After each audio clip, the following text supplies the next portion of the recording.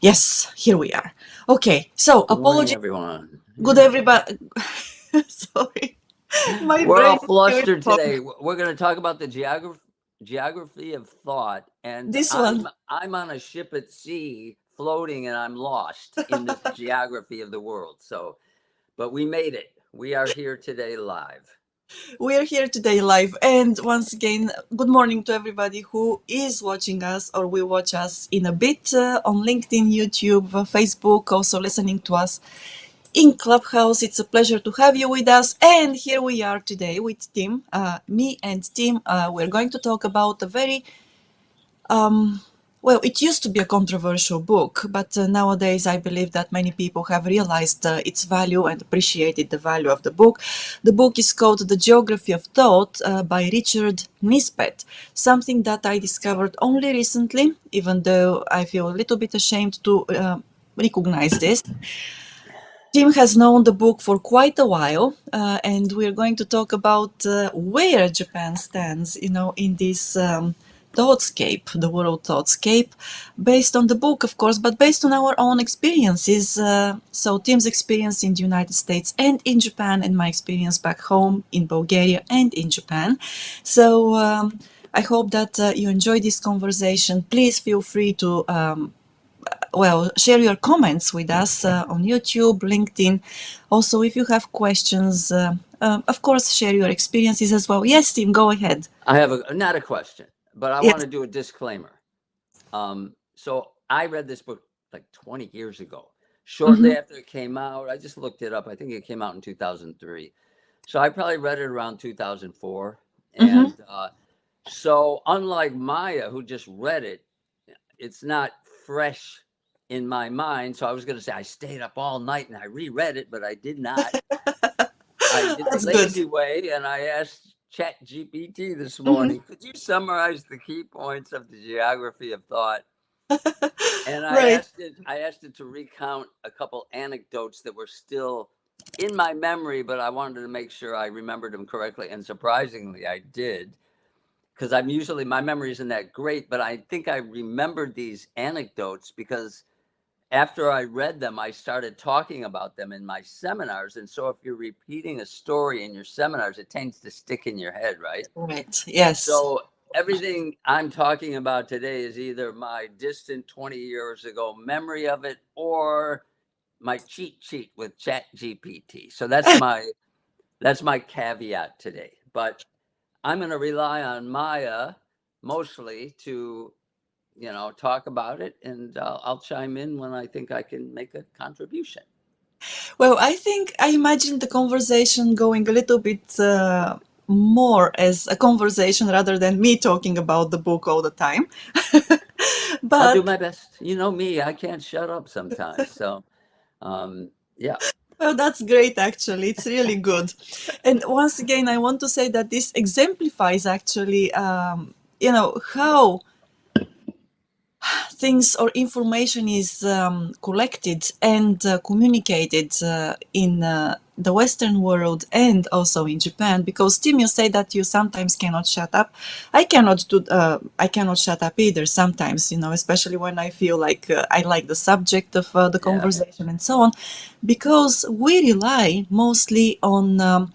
Ourselves to make ourselves understood. So we want to talk and explain as much as possible. While here in Japan, people rely mostly on receiving information and reading the information even when it is not conveyed verbally.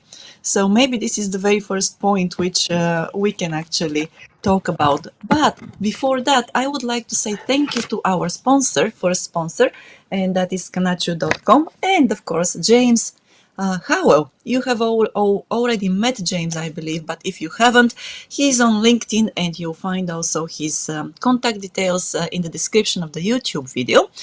And James represents Kanchu, Kanagawa Chuo Jutaku, a company that is based in Yokohama and offers bilingual services in Japanese and English to people who have projects in the field of real estate, who want to buy or sell real estate in Tokyo and Yokohama.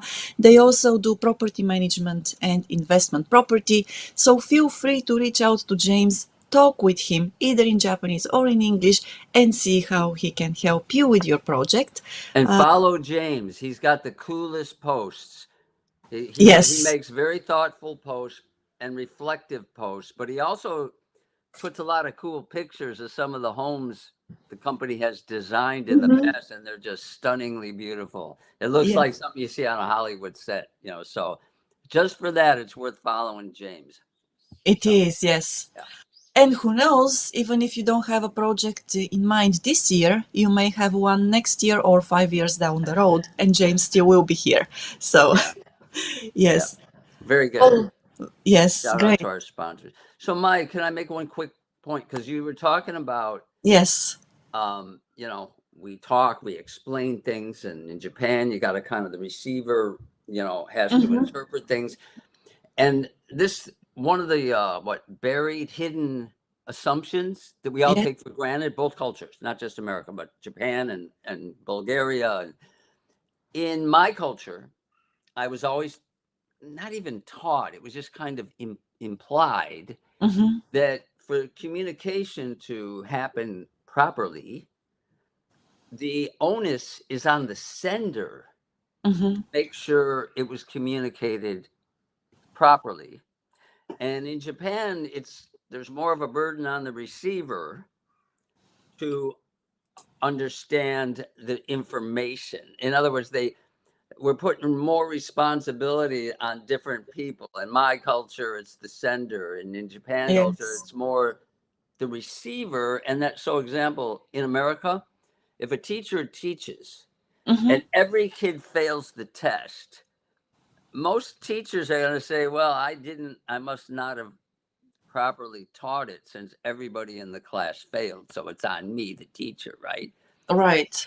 And I tend to think that Japan would be like, what are you students? How could you not learn it? Um, and I mean that in a loving, nice way. I'm not. Right. Yeah. So does that resonate with you? That framing? Mm. Very much, yes, it does. But Tim, I also think it's interesting to mention one thing. So once again, going back to the book, based on what you just said, is Yeah. that in the book, Richard Nisbett says that basically, well, the Eastern Asian cultures and the American culture are on the two opposite side of the spectrum. And then it's like a 180-degree difference in all the vectors that we have in society, the communication also, the way we behave towards other people, or how we perceive family, how we perceive friends, how we perceive ourselves. And also he mentioned that it is basically, if you start moving from the East Asia, towards the West, you see a gradual change in these values. And so eventually, when you get to the United States, you get to the other, well, he didn't call it extreme, but the other end of the spectrum. Right. Right. So I'm saying this because back home, I remember, when I got a mark which was not satisfactory to my mother, she would say, "What did you do in class? Why didn't you listen?" So why didn't you listen to the Right. Right. teacher, Right. Right. Right. Right. right? So which is, I think that we're in between, the United States and Japan, and also the other Eastern Asian countries here. Let me So ask you though, could it also yeah. be generational? Because I feel Mhm. like even within America, Yes. I almost feel like when I was a child, kind of like what you just said, I felt like my parents were saying, listen to the nuns. Hmm. It's kind of on you to learn, like Yeah. maybe shifted. And I'm not saying it's Hmm. a bad thing. I think it's Right. a good thing I believe, because those are Hmm. my cultural values, to put the onus on the speaker Hmm. to get them. I think that's a good thing, but I don't, not like you triggered a memory, and I feel like, wow, maybe my generation was not the same as today, and on that front. Maybe. Yeah, maybe that's because, and that's also exemplifies another point, Tim. And it's really fascinating how this conversation goes, from, this point to the other point. But the thing is that basically, again, when we talk about our environment, the funny thing is that the Japanese, the Chinese, and Koreans, they see everything as a change. Everything is in a flux. It's fluid, and things change all the time. And I think that what you just said about generations just exemplify that point. The thing is that we in the West do not want to, or probably do not have the what's that, the awareness of this change, and do not recognize it as a Right, change all the right, time, right, right? right. While here in this part of the world, people are always aware of it, and they are geared towards, their perceptions are geared towards recognizing the change and actually acting based on what they perceive at any certain point of time. So, which is Mhm. very interesting. And yes, probably that's generational, as you said, right? Yeah. So, There was because more there was more trust in authority when I was younger. there was, yes. And I'm talking like the early 60s. I was born in 58. So I'm Mhm. talking kindergarten, first grade, second grade, third grade, right? For me. Yes, yes. And after the Vietnam War, Mm, all the protests, I saw a shift toward authority. mm, Like there was less trust. And so maybe that had something to do with it. But right. okay, interesting. Yeah, it's interesting. And do you think, because now you live in Japan, right? Right. And we are both in Japan. You have been here for 6 years after coming back from the United States, and you Yeah. were here also in the late 70s, right? So do The you late 70s to late 80s, 10 years. late 80s, yes.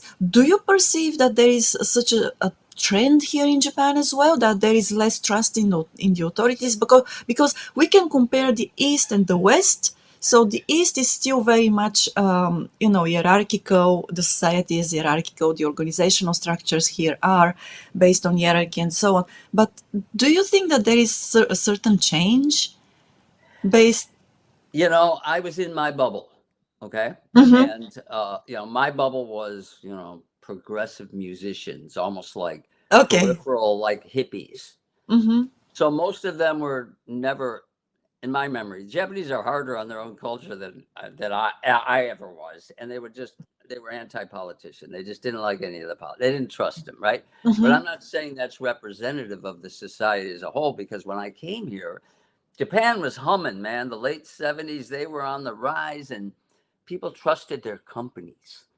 They Right. trusted, right? And I think a big shift in Japan happened when the bubble burst, because a lot of these guys, I was there when they were going to work with pride and a sense of purpose and rebuilding the country, and they were so proud. Japan #1, and it was a phenomenon to see them in the 1980s. And so when things are going well, you're going to say, "Hey, oh, we keep trusting the company. Mm. They've done us well." And then a Japanese friend told me this. He goes, "Tim, these we had this sense of pride, and then after the bubble burst, it's almost like the salarymen on the train now were hanging their heads low, and they had lost their confidence." And he Mm. goes, "And our children saw that, and it was this subtle change." So I don't know if people agree or disagree. I'm just saying, from where I stand, those are those are probably my key Mhm. observations.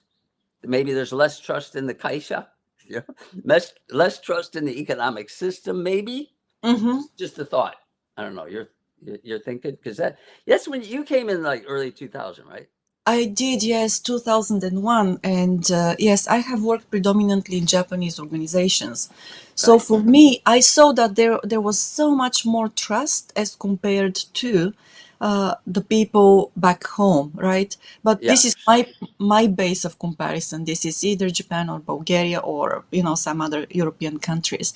And also at the same time, I have also seen that nowadays the younger generations here, they are much more mobile, and maybe that actually is a symptom of what you just said, that the trust in the organizational structures has decreased. And well, probably also what you said, that after the bubble economy burst, so the Japanese were more like kind of ashamed that they failed as a group, not really as Yeah. individual, but as a Yeah. group, as a society, or maybe as an economy, that. And so that's another thing that basically I think that everything here is about helping the group, helping the society, helping the community to succeed. And Yeah. when you cannot do that when the society fails, and the Japanese society hasn't failed. Okay, I'm using extreme Right. Right. Right. words and expressions, but compared to the time up until the 80s, so basically there was a burst, and they perceive it as a failure. So Right. I think that maybe that makes them feel that pressure. And then Yeah. I think that I'm sorry to make this reference, but I have seen also how the economic situation in Europe, also in the United States, is getting worse, and still, as a society, nobody feels that pressure, right? Or Oh, societally, like, as a yeah, society, yeah, yeah, yes, yeah. No, yeah, yeah, right. I agree with that. Yeah. right. So it's really, I mean, different side of the spectrum once again. And yeah, and just to add a little bit of nuance, Hmm. professionally, I worked with the big companies, and they were the traditional manufacturing companies. So they were more Hmm. traditional than, it's different world than IT and all that, right? Yeah, Um, in those sectors, those very specialized sectors, yeah. there was lifetime employment. I mean, there was probably more part-time workers too. Those were Hmm. added as a cushion to avoid layoffs, Right. because technically when you tell people, don't come in, you're a part-time worker, you're not laying them off, right? That became like a kind of a cushion. And Hmm. those definitely increased. But still, the people who were hired as a kaishain, a shain, Shine, they yeah. do enjoy, there's this assumption of lifetime employment. There's this assumption that, and it's not for everybody, unfortunately. Sometimes women don't get that, Mm, so it's not like universal, but there is still a sector within Japan that enjoys that. But I think if we talk to Joe Hug, he's on top of stats. He would probably tell us, yeah, it's reduced, but hmm. all the stats say that lifetime employment has been reduced. Is maybe, is Yes, that correct, right? it is correct. Yes, more companies are actually thinking about hiring mid-career employees, and still, even when, so I think that there is a distinction here. Even mid-career employees are hired as shine, but Right. they do not stay very long there. So the workforce here has become more mobile. More, Uh, yeah. Yes, than it used to be. But at the same time, I believe that it's really interesting how, in terms of business organizations, basically, when we talk about employment, both from the perspective of the company and the perspective of the employee, so there is that, let's say, the closing the gap between the Japanese way of thinking and the Western way of thinking. Yeah. The gap is getting narrower, but I don't think that it will disappear entirely, because at the end of the day, when you hire employees lifetime, like you give them that option, some people will still be there. And the funny thing is that even in Western companies, those big companies like Starbucks, for example, and some other, I just cannot come up with a name right now. But the funny thing is that when the company hires a new CEO from outside, more often than not, basically that CEO can fix the trouble the company is just in the short term. Right. And then it goes, the fact, that's the all the other, basically the bottom line once again goes down, or it becomes worse after that short term. And when a company wants to really get a long term improvement, they pick up somebody who has been with them for 20 or 30 years. And this tells you, basically, this is the way of thinking of the Japanese companies, right? Because they usually not hire, they actually promote people to top management from within their own rank and file. Yeah. So, Yeah. That's so it's funny because this, how would I say this? The system that evolved mhm, is is not the root cause of it, in my mind. Okay. right. And I think the cultural factors, here's like, I always had this thought experiment. Yeah. Let's say I'm the best engineer that Honda, just randomly, Honda ever Mhm. produced. And I decide mid-career, I want to go work for Toyota. And let's assume that somebody at Toyota recognized my accolades, which I'm playing make believe here. And Yes. now I go in, I'm hired now. Think about the cultural barriers of being an outsider, just being parachuted in the middle of these guys who have this company culture that has Yeah. evolved. They're proud of their culture. And Hmm. do you think they're going to say, oh, we can learn so much from this guy? Or who does this guy think he is? We're the best company. You know what I mean? So just like the Mm. social and cultural challenge alone, aside from the structural Oh, issues, yeah. Yes. seems like quite a challenge. It is quite a challenge. And you know, just this Saturday, this past Saturday, so I met a bunch of people I studied together with. And among them, one of my colleagues there, she has worked for a huge alcohol producer here in Japan for 24 years already. And Wow. she, yes, and so she is now, well, in the upper ranks of the middle management. Nice. Very Yeah. nice, yes. And so we talked about, okay, so what are you going to do from now on? You know, you finish school and so on. And she said, well, I want to change something, you know. And I said, are you thinking about changing the company? And she said, no, because I don't have confidence that I can be successful in any other company here. So what I want to do is I want to go to a subsidiary of our company overseas. And this will be a huge change for me. Nice. So, yes, so which once again tells you that, you know, she said, I'm not confident that I can succeed in any other company, Japanese here. Yeah. Yeah. So, and when I asked her why, and she said, well, because what I have learned applies only to my company, you know, so it doesn't apply. Yeah, yeah. I mean, you're indoctrinated into that culture. Yeah, I'm telling you, I've been to Honda, I've been to Toyota, they're different. They just they are act different. differently, you Yeah. know. They talk differently, you know. Like Mm-hmm, I just Honda, I didn't feel the rank consciousness that I felt in mm-hmm. other companies. I don't know Right. why. And I talked to Honda people, oh, yeah, we're pretty loosey goosey on that. Like Mm-hmm. that's what they tell me. So, you know, it is a big difference. Like Yeah. these cultures within, each company. Mm-hmm. Yeah. Yes, but it also tells me, in talking with that colleague of mine, and also thinking about, the companies you have worked with. So basically, for them, it's not the individual who stands out, right?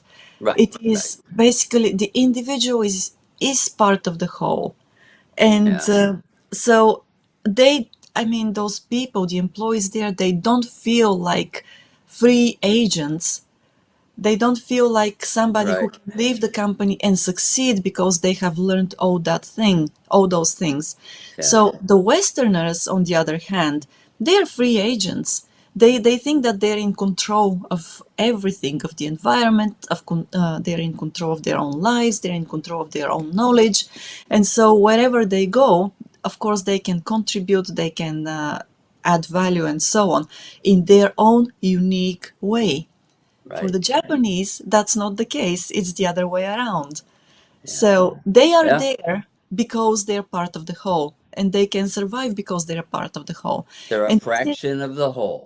a fraction of the Mm. whole. Yes, Yeah. yes. Yeah. And so this has been, I think that this is so deeply ingrained in the Japanese and, of course, East Asian minds that you cannot just get over it. If you Yeah. were raised in this part of the world by, native Japanese or Chinese or even Koreans, just that's a huge, I would say, part of your mindset, Can or that's the I, base. yeah, I was gonna say, could I illustrate the point you just Yes. made with a Mhm. story? Yeah. Okay. Please. Yes. So I ran a factory in the U.S. for 4 years, Hmm. and we had, if somebody came up, for example, with a great Kaizen idea. Now, this is an American company, but lots of people from different countries, right? So if somebody came up with this great idea that got us like a big boost in productivity or quality, I would recognize the person in the cafeteria, not employee of the month. I didn't do that, but still in front of everybody. And I would like acknowledge their contribution, and everybody would clap. And if we had a big bump, okay, I'm buying everybody pizza today, like Mm-hmm. that kind of thing, right? A Japanese person, if you brought them up in front of the company and started praising them individually, they would be horrified and they'd be going like, "No, no, it was my team, and I can't do it Right. without you, and I don't want to be the nail that sticks up, and I don't want to Mm-hmm. look selfish." So I have to like give credit. And Ichiro won like Rookie of the Year when the first year he played. And in his interview, and he's considered kind of cocky by Mm-hmm. Japanese standards, but by American standards, he was like super humble. Oh man, my teammates, I couldn't have done without them, right? And so, whether you believe it or not, society wants you to say that, Yeah. and they do. I believe they do at a deeper level believe, Mm-hmm. because they understand. I know you're going to get to this point, the importance of context, Yes. and it's not just about you. Like without your parents, you don't exist. So nobody's independent. You can't be Mm-hmm. independent, no matter how you slice it. Yeah. Well, that's yeah. Nobody is independent. Everybody is interdependent. So that concept here is that well, basically, you are part of the whole. You are a fraction of the whole, and that whole constantly changes. And if you want to really help the whole succeed, you have to do your own part, Yeah.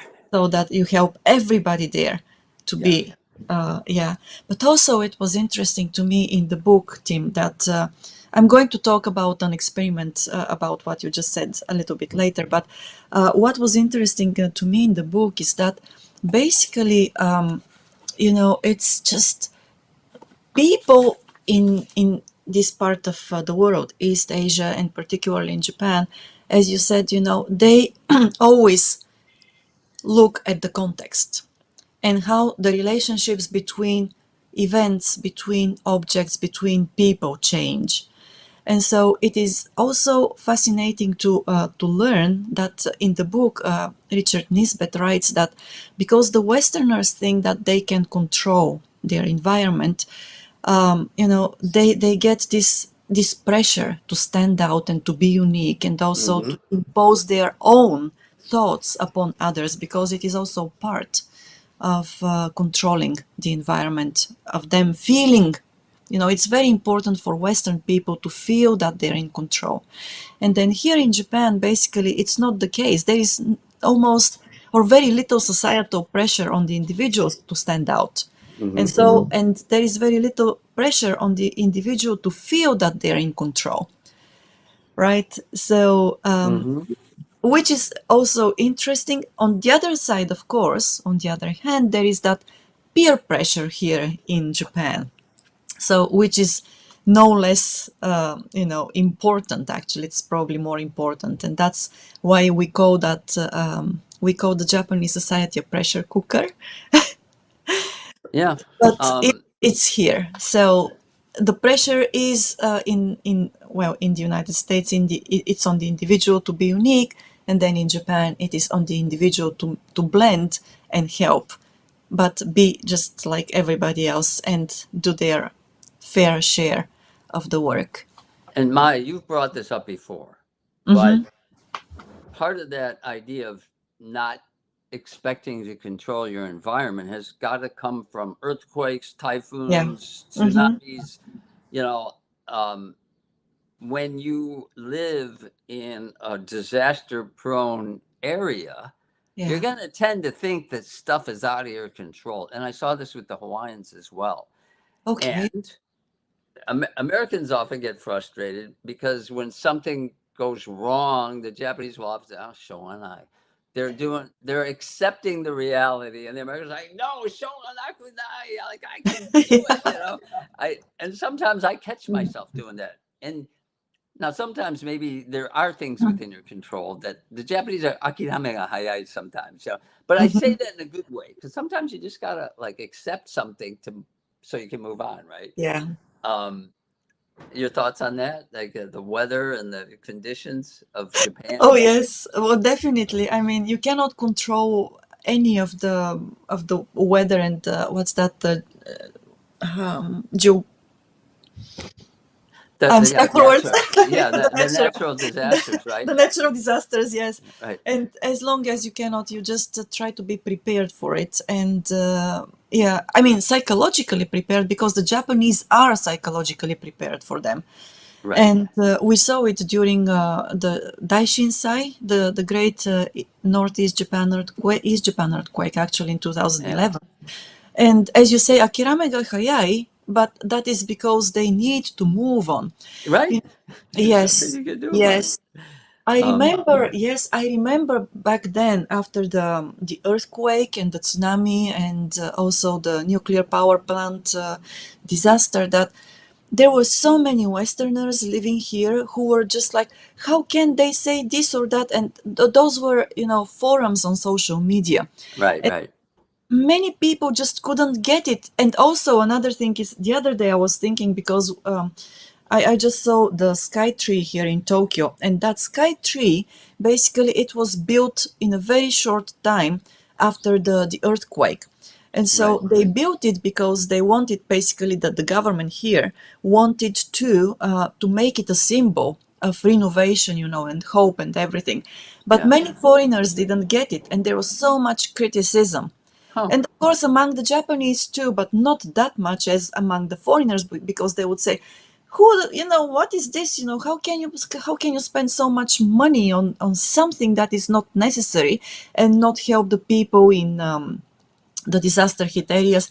And the people, yes, the renovation there, not the renovation, the recovery in the disaster hit area was slow, but it was slow not because of lack of funds. It was slow because of the scale, of destruction. And so it took a long time actually to recover and so on. But the thing is, once again, it wasn't like, I want to say that yes, the government knew that they had to also help the recovery there, but they also knew that it should be, they should give a hope, some hope to the people here. And basically, so I can say that in an indirect way, it connects to what you said, Akira Megahayai, because the Yeah. people, in the rest of the country realized that they cannot dwell on everything that happened on that March 11th, right? Yeah. So Yeah. they had to move on, and that was their way of moving on. One of the many ways, actually, Yeah. to move on. On a related note, so in 2014, I was living in Hawaii, and Yes. there was a lava flow creeping down the mountain. It was headed right on target for my Hmm. house, and we were watching this throughout the whole year. And the difference in how the local Hawaiians, this is the goddess of the volcano, Pele, and how they look at the world Yeah. versus how Westerners who were transplants, mostly from the mainland, Hmm. USA, were viewing this event. Okay. Yeah. And I had everything to lose, but to me, it was like I'm going to go with the locals because this is their country and their generation. So that's just me. I'm not telling everybody they should do it. And so I was just, as an anthropologist, I was observing. And the Americans, we would have these monthly forums, and they would have the county come in with a scientist and explain the geology and explain what was happening, and as best they knew it, what they thought was going to happen. And then they would have question and answer. But they would say, we're not going to try to divert the flow. We don't think it's possible. And also, we got to be sensitive to the local Hawaiian religion, right? Hmm. And if we do divert it and go somewhere else, we're going to get sued too. They didn't say that, but that was kind of Hmm. implied, right? Okay. So the Americans are saying, because it was leaking out of this crater at the top of the mountain, and the Americans are like, let's bomb the other side of the crater with a missile so the lava all drains out and flows the other way. Like All people are right. coming up with these ideas, right? How to control nature, how to control, Yeah. the goddess. And the Hawaiians are like, are you out of your mind? Yeah, we can't do that. And here's how the Hawaiians deal with it. This is how mentally how they deal with it. They say, without Pele, without the goddess, we wouldn't have this island. So Mm-hmm. we are just like kind of temporarily renting it from Pele, Mm-hmm. and Pele wants to take it away. That's her prerogative. And so we will welcome her as a special guest. I'm serious. This is how they look at it. Right. So in their mind, they're just saying, this is a reality. I can't change it. I'm going to put a positive spin on it by saying this deity within Mm-hmm. my religion. I'm inviting them to my house, a positive thing. And if they come, I have to be honored. You know what I'm saying? Like Yeah. psychologically, how your culture conditions you. And I always thought the Hawaiians and the Japanese have a lot of connecting points as Mm-hmm. they're very collective cultures. They have the same geography of disasters that come upon Right. them, and they just have that akirame. You know. Anyway, just a little side note anecdote. But let's No, get I back to love that. it. I love it because that's also another very important point in the book that basically we are a product of the cultures we grew up in, and then cultures are also shaped by the physical environment, of course, but also, we cannot alter the physical environment. The one thing we can do is to adjust to it. And of course, sometimes, our willingness to adjust to it is, well, it comes at different levels. And once again, in, the Greek, well, basically, so Richard Nisbett argues that the Western habit of thought is based on the Greek Yeah. mythology, philosophy, and the ideology there, which basically sees everybody as a free agent and as somebody who can control, what is happening with them and around them. But that's probably also because they didn't have so many natural disasters there. That's old Europe, and Europe is the oldest of continents, so we don't get that many earthquakes. We don't get that many, floods. Or, I mean, I come from that part of the world, so I know it. And anyway, before we continue, Tim, I want to say thank you also to Houze Inc. Oh yeah, we passed due. I forgot to set my clock. I'm sorry. Okay, we got to do that. Yes, to Houze Inc. and also Hana Urushizawa Howell. So a big, big, big heartfelt thank you to Hana and the company. So of course they are our second sponsor. You have already heard about them, and you probably already know that Houze as well offers bilingual services in custom home design, construction, and renovation. They also work in commercial building construction. So reach out to Hannah if you need any such services and talk with her, either in Japanese or in English. So she will do everything possible to hear you out and to actually customize their services to your needs. So, Hannah, thanks a lot to you. Thanks a lot to Houze Inc. And we'll move on now from this plug to the next part of the conversation. So, yes, Tim, we were talking about the environment and how it shapes our ways of thinking. Could you And refresh my memory? Did yes, did Nesbitt talk about the significance of uh, not Catholicism, but Christianity in terms of God loves you as an individual? You know, no, I and haven't seen that yet. I okay, still have a bit of the book to finish, but up until this point of time, well, he talks about the ancient Greeks, and also he talks about Taoism and Confucianism and Buddhism as well. right, right, So, and yeah, yes, a little bit, there is a chapter about religion a little bit later. It's towards the end of the book, and okay, you have to, yes, to yeah. get there. But yeah, it's a lot about it. And And the Christianity, Protestant Reformation, right? A lot of that was about the individual being talked directly. You talk to God. You don't have to right, go through a yes. priest. You know, Hmm. so I thought maybe that was nothing is a cause. Everything is was probably a symptom of a previous generation that was sort of going in that direction, right? Yes, yeah.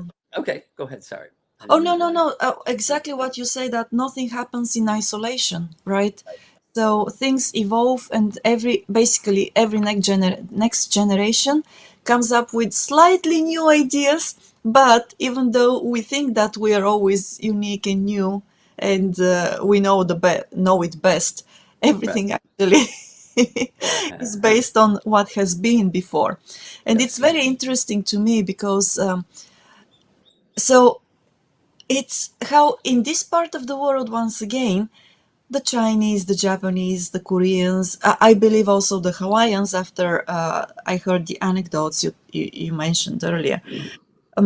People believe that, well, once again, everything is in constant change, but, things always move back to some prior state Right. and then move forward again. Yeah. So it's fascinating to me because I want to say that in one of my courses I took just recently, the teacher talked about the dots connecting backwards and how we don't realize that.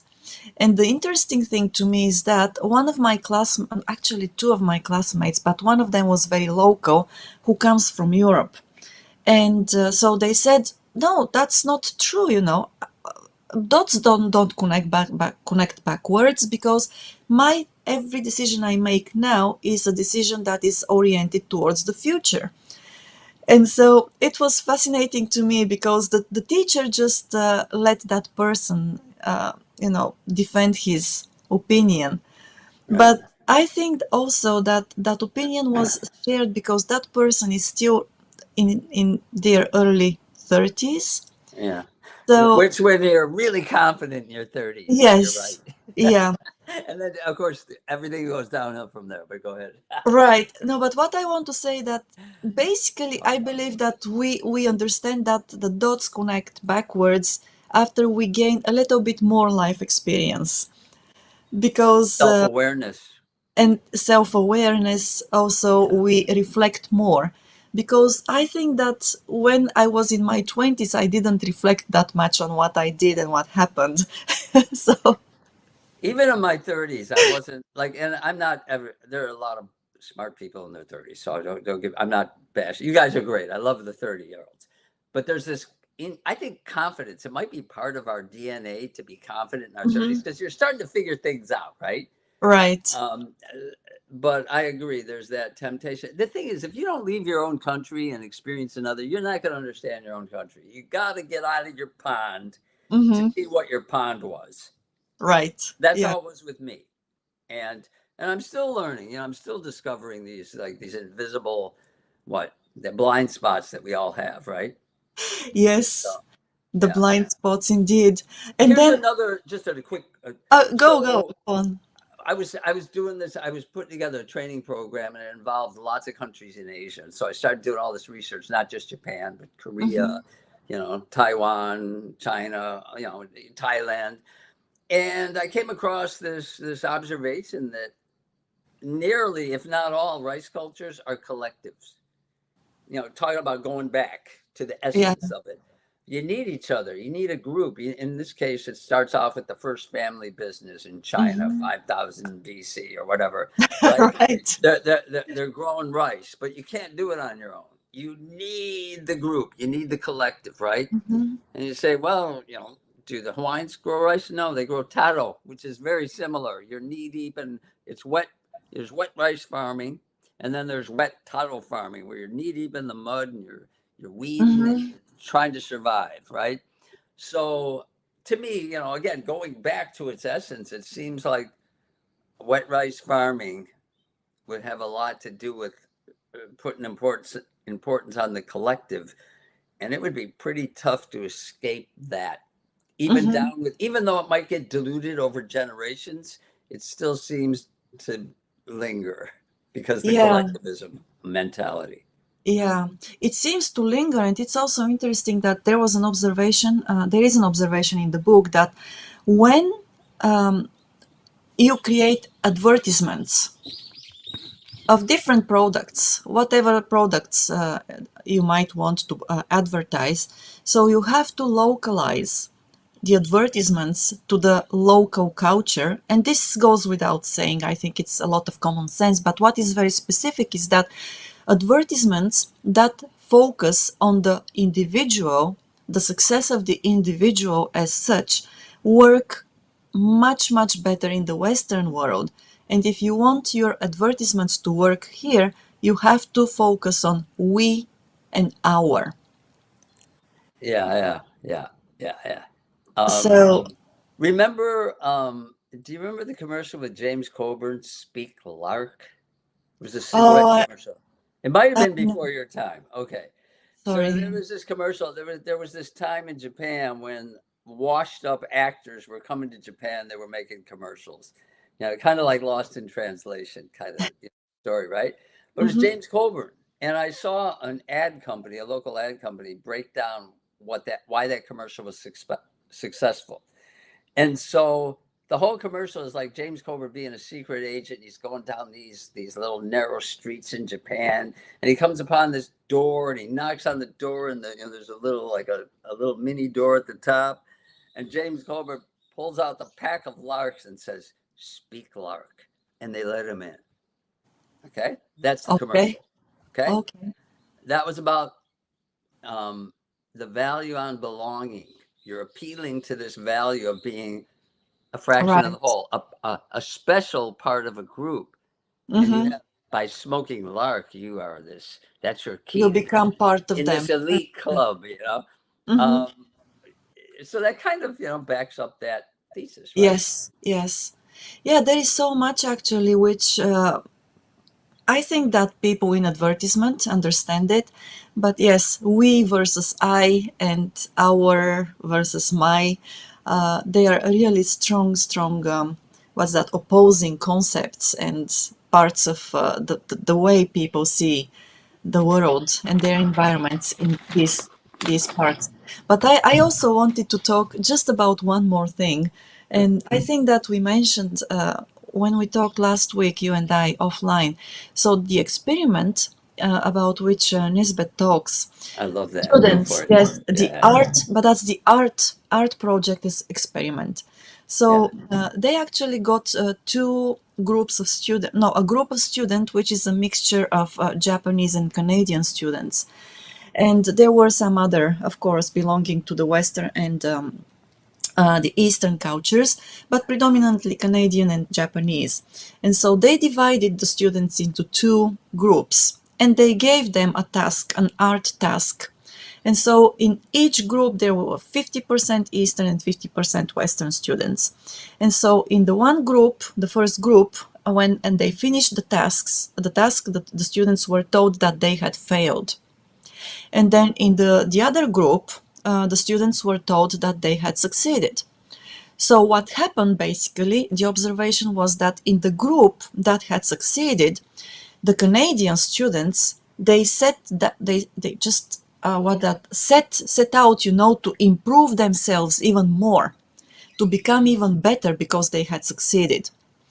And then in the other group, which had failed, so the Canadians lost interest, and then the Japanese, they set out to improve themselves Yeah. so that they can succeed next time.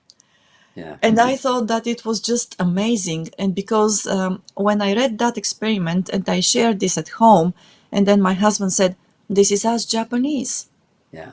Yeah. you know. Yeah. Yeah. So, and for this reason, when a Westerner succeeds, the chances for that Westerner to become even better are higher. And when a Yeah. Japanese fails, the chances for that Japanese to become better are higher. That's so funny. That's why we Isn't have it? pizza parties in American companies when you have a success, and the Japanese have a Hanseikai, a reflection Yes, meeting. a reflection, yes. Even no matter how successful you are, it's a Hanseikai. So Yes, that's true. But I mean, we have seen this with all the sportsmen and women here in Japan. Even when they win Olympic medals or they win a competition, the interview inevitably is, of course, I'm grateful, to everybody who supported me, but I still have to improve on this, and this point, and I'll be working on it to get better. And yeah, these are people who have, just won medals. They yeah, have shown that they're good and at what they're doing, and so on and so on. So, and of course, even when they don't win, that Hansei talk is even stronger. yeah. So, Do you yeah, think elite athletes in general, across the board, every culture, mhm, have a little more of that I than think they the do. average person? Okay. Yes. Okay. Yeah, I think it takes a certain type of personality to become that successful in something which needs repetitive and very hard exercise. Yeah. Yeah.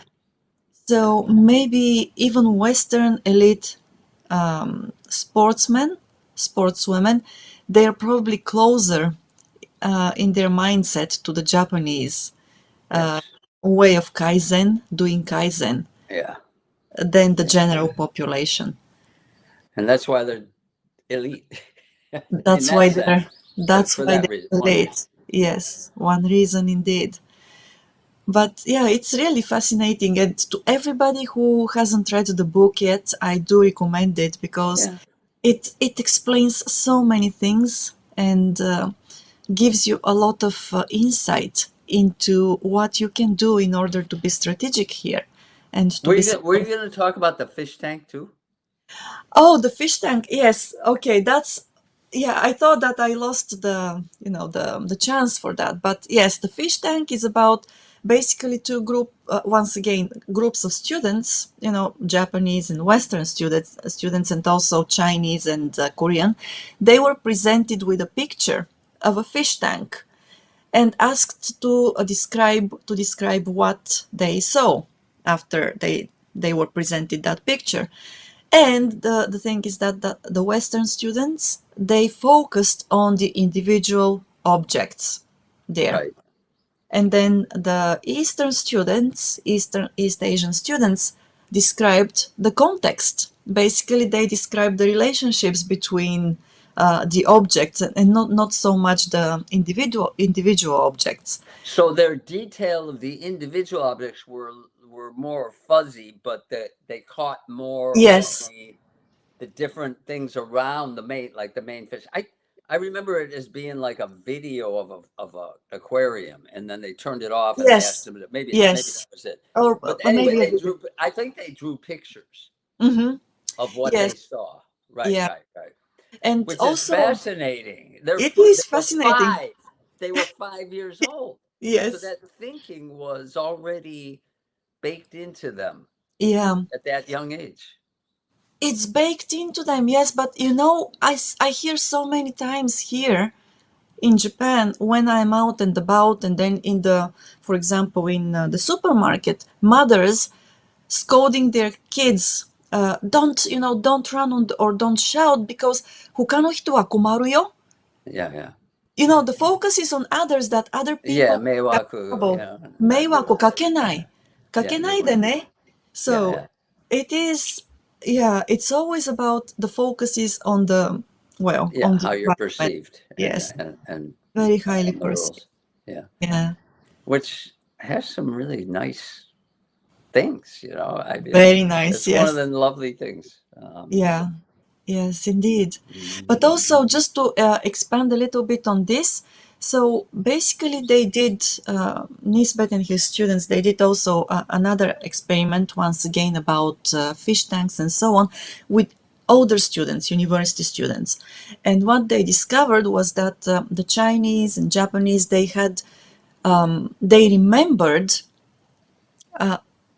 better, you know. The things about that picture or video that actually they remember the relationships and they remember the background much better, I gotcha. Right, right, right, right. right, than Yeah, the Westerners.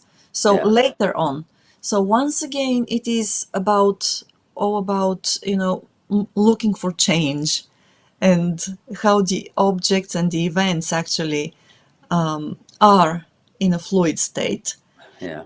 And also the Amazing. Japanese, they remember. It's interesting, another with those students, college students, but also with the kids, that they remember words that are, or they learn much faster words that express relationships, Yeah, interesting.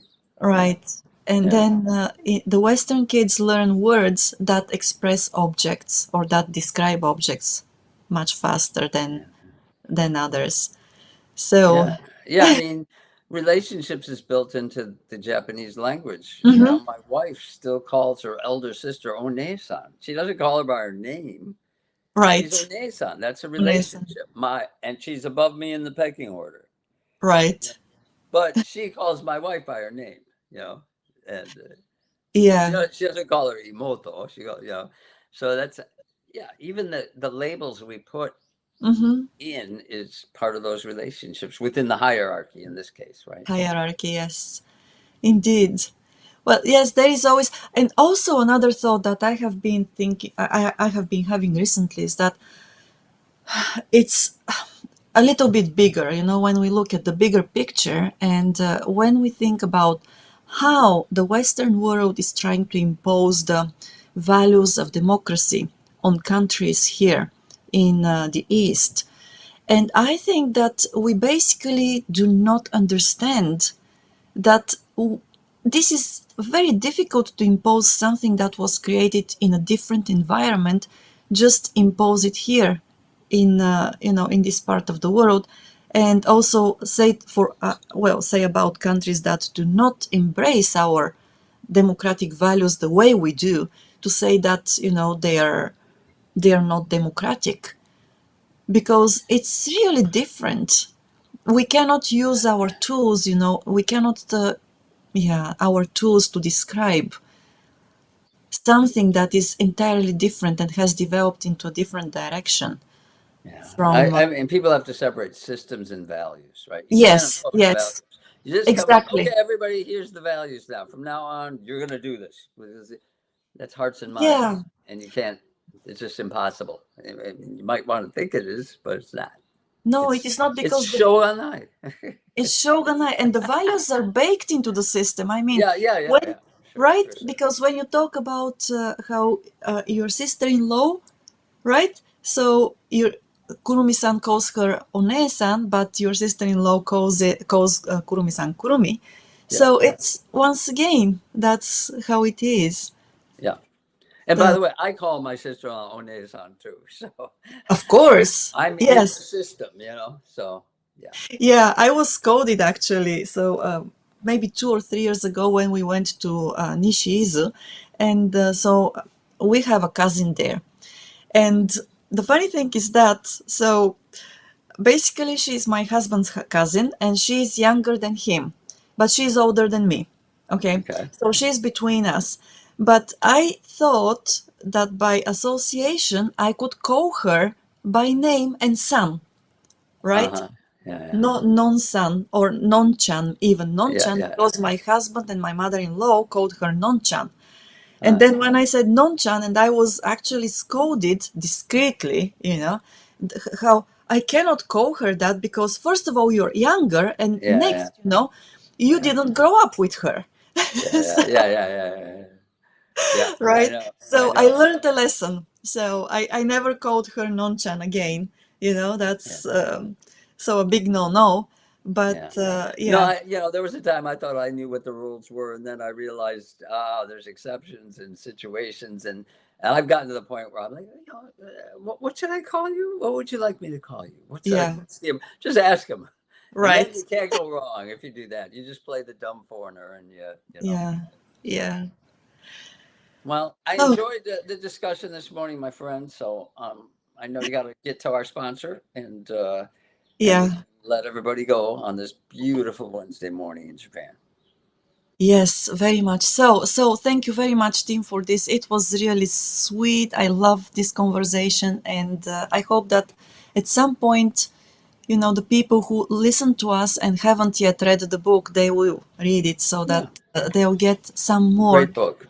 yes, A great insight book for into, cultivating self awareness on both sides. If you're Asian, Japanese, and other Asian yes, countries versus the West, and I think, yeah, it was a really good book. I enjoyed it. yes, me too. And well, once again, a huge thank you from the bottom of our hearts to our sponsors, Kanagawa Chuo Jutaku or Kanchu at kanachu.com, and James Howell, and also Houze Inc. with Hana Urushizawa Howell.